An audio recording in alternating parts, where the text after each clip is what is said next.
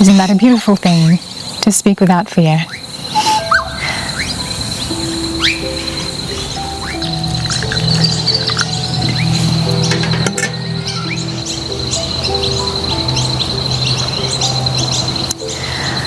I actually don't think that this is something unique to our time.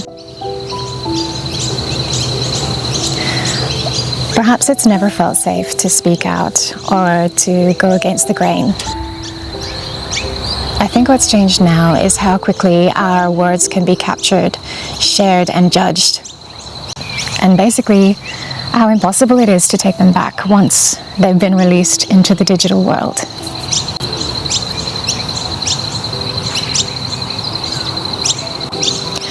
In a time when almost everything is recorded, I think that we forget that thought is something that is ever evolving. And that understanding is something that reveals itself slowly through conversation, reflection, and growth. Unfortunately, wisdom isn't something that just arrives fully formed. It's something that we have to collect piece by piece and refine with time. I don't think I would be alone in feeling like the digital world can be a very hostile place.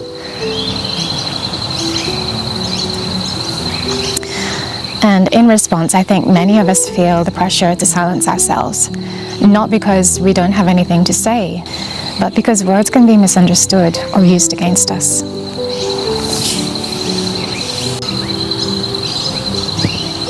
I think it actually goes beyond the fear of being wrong.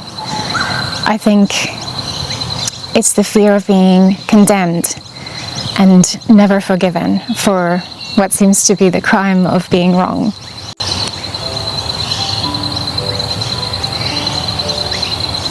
In this age, mistakes aren't seen as part of learning. I think they're seen as kind of irredeemable character flaws.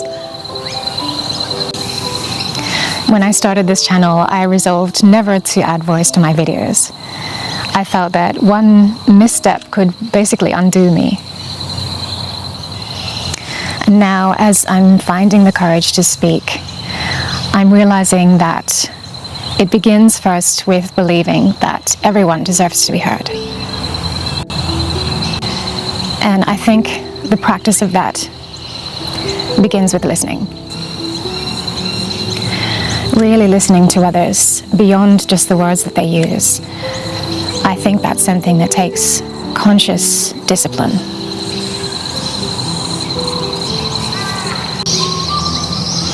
When I was younger, I studied languages, and I met a lot of people at that time for whom English was their second, third, or even fourth language. And I think it was easier in that context to pay attention to what a person was really trying to say beyond the choice of words. Because I think the words themselves were not assumed to carry a perfect understanding.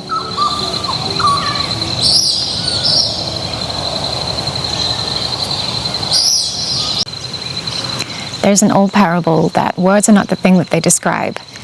They are simply pointing towards them. So our words can only ever really gesture towards what we feel or what we are hoping to express. And they can never fully transmit those things. I think relationships are a really good example of this, because even with people that we know very intimately, I think we've all come across moments where we realize that even when we're hearing the same words being said, we derive very different meanings from those words.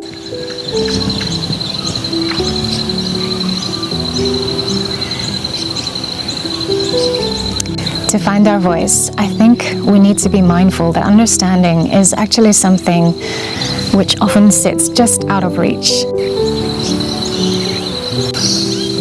Language is one tool for conveying meaning, but I think it's more the care and the openness with which we use our language that we're able to achieve real understanding. I think we need understanding. We need connection on so many different levels. And as much as we are all on our own paths of learning, there's so much that we can learn from each other.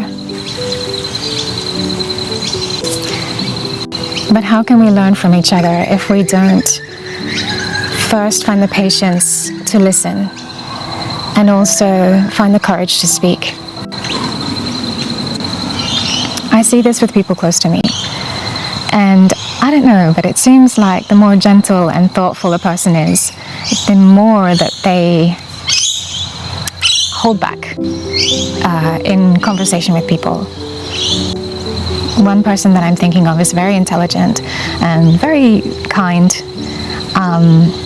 And I noticed this person holding back quite a lot of their knowledge, and it's interesting to see. And one time I asked this person, why did they do that? And they said, I don't like conflict. And I don't know, maybe I'm just too accustomed to my own solitude, but I don't see why differences of opinion or even just having knowledge about a certain topic would cause anybody offense. In that context, I think that conflict can really only arise as a result of believing that our opinions are absolute, that our understandings are complete, and that there's nothing more to be gained. I think sensitive souls are feeling like it's not very safe to be around other people at the moment. And with all our advances in technology as well, I think it's quite common for people to go long periods of time without any meaningful interaction with another person.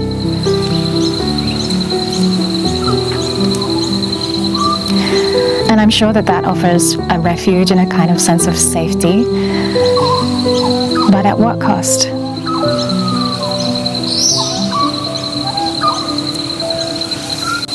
I think this is a time when good, kind-hearted people are feeling very alone and very unseen in the world. Every person on this earth has a unique set of experiences that informs and shapes their perspectives. And for me, one of the most satisfying things about human interaction is the coming together of those different perspectives.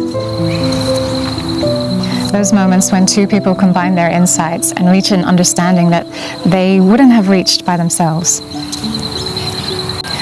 I think those moments are so beautiful. And I worry that we are losing our capacity to be curious about each other.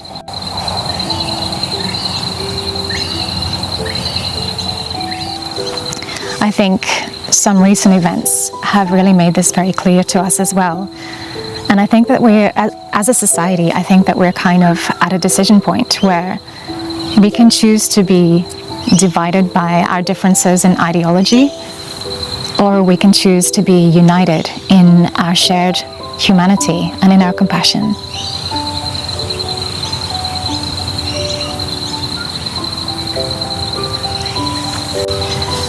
Finding our voice again when it feels safer to be silent. I think that starts with learning to listen, not just to other people, but to ourselves. True listening isn't waiting for our turn to speak or waiting to prove what we know. True listening is paying attention and being open to understand something that we don't know. Part of listening to somebody else is honoring the journey that they have taken to arrive at their thoughts and opinions. And even if we don't agree, maybe it's just acknowledging what a beautiful journey and process that is. I've been paying attention lately to when it's difficult for me to do that, when it's difficult for me to listen and respect and have compassion, because I guess that's important too. That's important in understanding things within myself that maybe I need to go deeper into. And I think being in the observer role in this way kind of brings us to a quiet place within ourselves in which maybe our own authentic, honest voice can begin to emerge.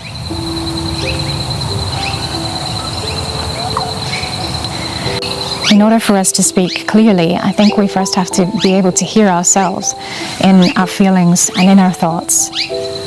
That might mean spending time alone in nature, meditating, writing, or just sitting in silence. And when our voice does arise, I think we should be using our language as a tool for understanding and connection, sharing. But without forgetting that it has its limitations. And for that reason, I think it's really important that we allow ourselves to get things wrong, and we allow others to get things wrong as well. I think we need to be willing to revise our own understandings and to remember that to be human is to continually evolve. The journey of learning never stops, and we never arrive at complete understanding of anything. Because the world doesn't need more noise, but I think it needs more honesty. If we can truly speak from that place of honesty, of compassion, and of true respect for ourselves and others, then what is there really to fear?